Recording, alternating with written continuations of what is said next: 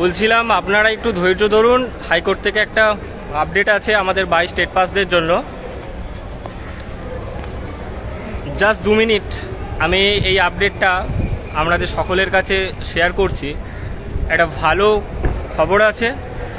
আজকে 2022 D.El.Ed TET pass ঐক্যমঞ্চের পক্ষ থেকে আমি আর অনিমেষ দা হাইকোর্টে এসেছিলাম।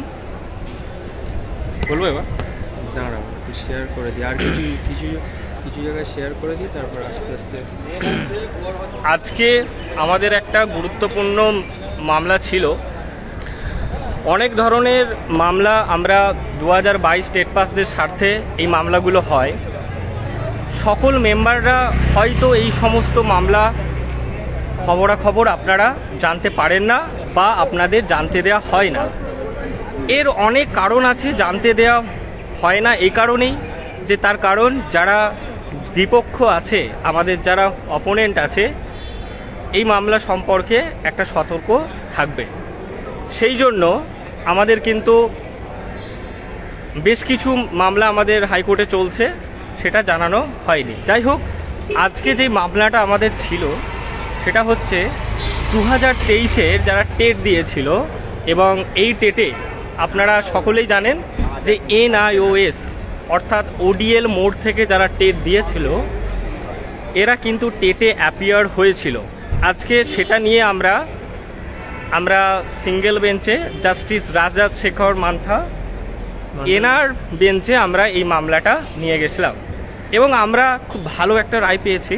সেটা হচ্ছে NIOSরা 2023-এর যে রেজাল্ট আছে সেই রেজাল্ট যখনই মানে প্রাইমারি বোর্ড প্রকাশ করুক, এই NIOSরা কিন্তু টেট সার্টিফিকেট পাবে না। আবার রিপিট করছি, NIOS যারা বা ODL মোড থেকে যারা ট্রেনিং করেছে তারা কিন্তু কোনো রকমভাবে টেট সার্টিফিকেট পাবে না। শুধু তাই নয়, পর্ষদকে একটা ইনস্ট্রাকশন দেওয়া হয়েছে যে যারা পাস করবে NIOS থেকে তাদের যেন আলাদা নামের লিস্ট তৈরি করা হয়। ওই লিস্টগুলোকে কোনোভাবেই রিক্রুটমেন্ট ড্রাইভে তো ওরা পার্টিসিপেট করতে পারবেই না। তারপরেও যারা টেট পাস করবে 2023 টেট থেকে তাদের কিন্তু টেট পাস সার্টিফিকেট দেওয়া যাবে না। এটা হচ্ছে NIOSদের ক্ষেত্রে কিন্তু আমরা এই মামলাটা করেছিলাম। তো এই হচ্ছে আজকের আপডেট। আমাদের সঙ্গে অনিমেষ দা আছে, দেখেন যে রোজ এরকম হাইকোর্টে আসে, ঠিক আছে। অনিমেষ দার কাছ থেকে আমরা কিছু বক্তব্য শুনে নেব। কিছু বলার নেই, নতুন করে সব কিছু বলে দিয়েছে। একটা যে 23-এর যে একটা টেট নেওয়া হয়েছিল সেটাকে যে শুধু 2 বছরের ডিএলএড যে কোর্স আছে সেই কোর্সের জন্যই শুধু বরাদ্দ বা এবং শুধু যে বরাদ্দ সেইটা মান্থার আজকে বললো। এবং ওডিএল যারা মানে যারা 18 মাসের ডিএলএড কোর্স তারা পরীক্ষা দিয়েছে ঠিকই, কিন্তু তাদের জন্য আলাদা একটা লিস্ট হবে। কিন্তু তাদের যে সার্টিফিকেটটা আছে সার্টিফিকেটটা কোনোভাবেই সেটা গ্যারান্টেড করবে না, আর সার্টিফিকেট ছাড়া কোনোভাবে NIOSদের অ্যালাউ নেই। এইটা একটা ভালো একটা পদক্ষেপ হয়েছে, কারণ যেহেতু সরকারের একটা সদিচ্ছা দেখেছি যে 23 স্টেটটা 2022 স্টেটের মধ্যে আনার একটা কর্মসূচি।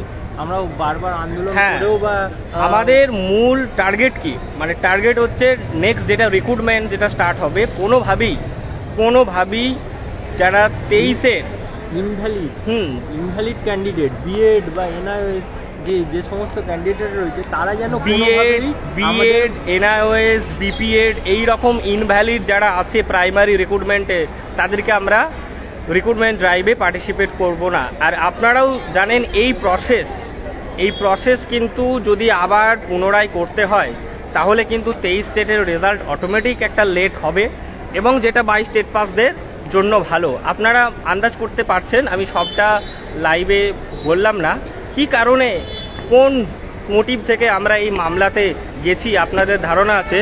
যাই হোক, যারা এই লাইভে পরবর্তীকালে যারা জয়েন হলেন, খুব সংক্ষেপে আরেকবার, আজকে justice Rajshekhar Mantha room number 13, তো সেখানে আমাদের 2022 ডিএলএড টেট পাস এর পক্ষ থেকে আমরা মামলা করেছিলাম, তার কারণ 2023 যে টেটে এনআইওএসরা কিন্তু পার্টিসিপেট করেছিল। আপনারা জানেন তারা অ্যাডমিট কার্ড পেয়েছিল এবং তারা পার্টিসিপেট করেছিল।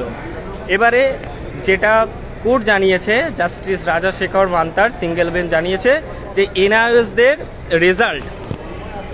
রেজাল্ট পাবলিশ করা গেলেও তাদের কিন্তু আলাদাভাবে একটা লিস্ট তৈরি করতে হবে। এই কারণে এই লিস্টটা ধরে নিন আপনারা বাতিল লিস্ট, মানে এরা কিন্তু রিক্রুটমেন্ট ড্রাইভে পার্টিসিপেট করতে পারবে না। যেমনভাবে 2014-17 যেই 22-এর যে রিক্রুটমেন্ট হলো সেখান থেকে যেমন এনআইওএসরা বাদ গেছে, ঠিক একইভাবে ভবিষ্যতের যে রিক্রুটমেন্ট আছে সেখানে কিন্তু এনআইওএস, বিপিএড এবং যারা বিএড আছে তারা কিন্তু কোনো মতেই চান্স পাবে না। আপনাদেরকে বলছি ঐক্যমঞ্চের সঙ্গে কিন্তু আপনারা থাকুন, তার কারণ যাতে করে সবার চাকরি সুনিশ্চিত হয়। তার জন্য যাদের eliminate according to supreme court, যারা ইল্লিগাল তাদেরকে আমরা রিক্রুটমেন্ট ড্রাইভে পার্টিসিপেট করতে দেব না, এটা আমাদের চ্যালেঞ্জ। আর যেই সমস্ত মামলাগুলো আমাদের চলছে, যারা এখনও ফান্ডিং দেননি, আপনারা দেখতে পাচ্ছেন যে ঐক্যমঞ্চ কাজ করছে। আজকে আমাদের লয়ারের তরফ থেকে সৌমেন স্যার, এই কী নাম, হ্যাঁ সোমেশ স্যার ছিলেন। তো সোমেশ স্যার এবং আরও অ্যাডভোকেট আমাদের এনেছিলাম। তো যাই হোক, আমরা এই মামলাটাতে কিন্তু আমাদের জয় হয়েছে। তো আর একটা মামলা চলছে হচ্ছে 22-এর কোশ্চেন ভুল মামলা, যেটার জন্য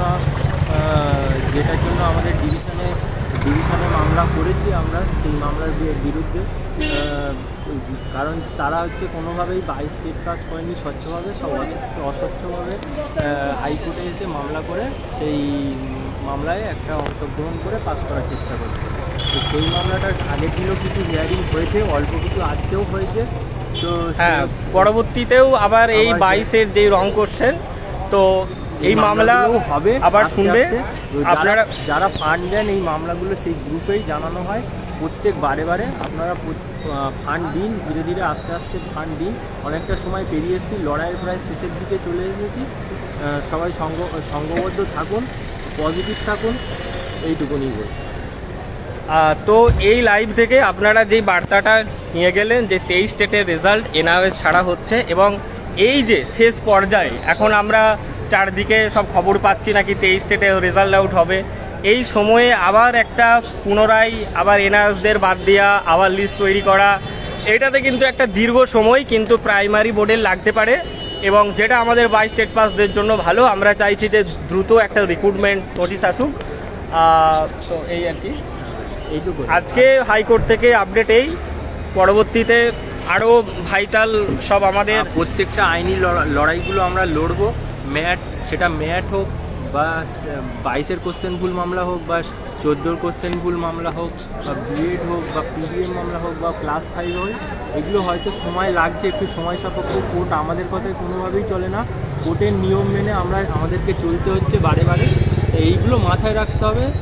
এতদিন ধরে লড়াই হচ্ছে, সেই 22 সালে ডিসেম্বর মাসে পরীক্ষা দেওয়ার পর 23 সালে রেজাল্ট বেরিয়ে তারপর থেকে যে লড়াইগুলো চালু রয়েছে, সে আন্দোলন হোক বা কর্মসূচি হোক বা আইনি কেসগুলো হোক, সেগুলোতে সবাই মোটামুটি যেরকমভাবে পাশে রয়েছে। তো সবাইকে বলবো পাশে থাকো, ফান্ড দাও, আস্তে আস্তে ধীরে সুস্থে ফান্ড। বা এখন বর্তমানে একটা 14-র কোশ্চেন ভুল মামলা, সেটা থেকে আমরা একটা ভালো স্টে অর্ডার আনতে পেরেছিলাম আগস্ট মাসে, সেটার আবার শুনানি আছে। আর 22-এর কোশ্চেন ভুল মামলায় আমরা মোটামুটি আমরা যতদূর যাওয়া আমরা যাব। আমরা কিন্তু কোনো ক্যান্ডিডেট, একটা সিঙ্গেল ক্যান্ডিডেটকে কিন্তু বাড়াবো না। যার রেজাল্ট পাবলিশ হয়েছে সেখান থেকে কোনো ক্যান্ডিডেটকে কিন্তু আমরা বাড়তে দেব না, এটা আমাদের সবার টার্গেট থাকবে। তো এইটুকুনি। আর একটা হচ্ছে, হ্যাঁ, সবাই ফান্ড দাও, সবাই ঐক্যমঞ্চের সঙ্গে থাকুন। তার কারণ জাস্ট ভাবুন, যেই সমস্ত মামলা আমাদের চাকরি সুনিশ্চিত করতে পারে, এই 2022 ডিএলএড টেট পাস ঐক্যমঞ্চ কিন্তু সেই মামলাগুলো করছে।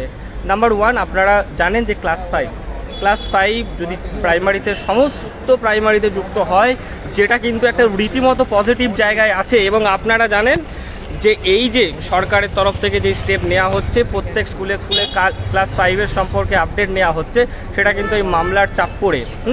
তো যাই হোক, আপনারা সঙ্গে থাকুন। আশা করছি রিক্রুটমেন্ট নোটিশ খুব তাড়াতাড়ি হবে। আমাদের আন্দোলন যেমনভাবে চলছিল, খুব তাড়াতাড়ি একটা হয়তো এরকম আন্দোলনের ডাক হবে।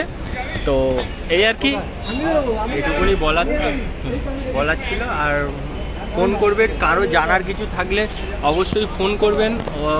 অযথা হচ্ছে বিতর্ক করবেন না। ফেসবুক, ইউটিউবে বিভিন্ন রকম বিতর্কমূলক পোস্ট দেখতে পাবেন। ওগুলো এড়িয়ে গিয়ে আমাদের কাছে ফোন করবেন বা কোনো SMS করবেন, সঠিক তথ্য দিয়ে হেল্প করবেন। এইটুকু। ঠিক আছে, আজকে তাহলে হাইকোর্ট থেকে এই আপডেটটাই। ধন্যবাদ।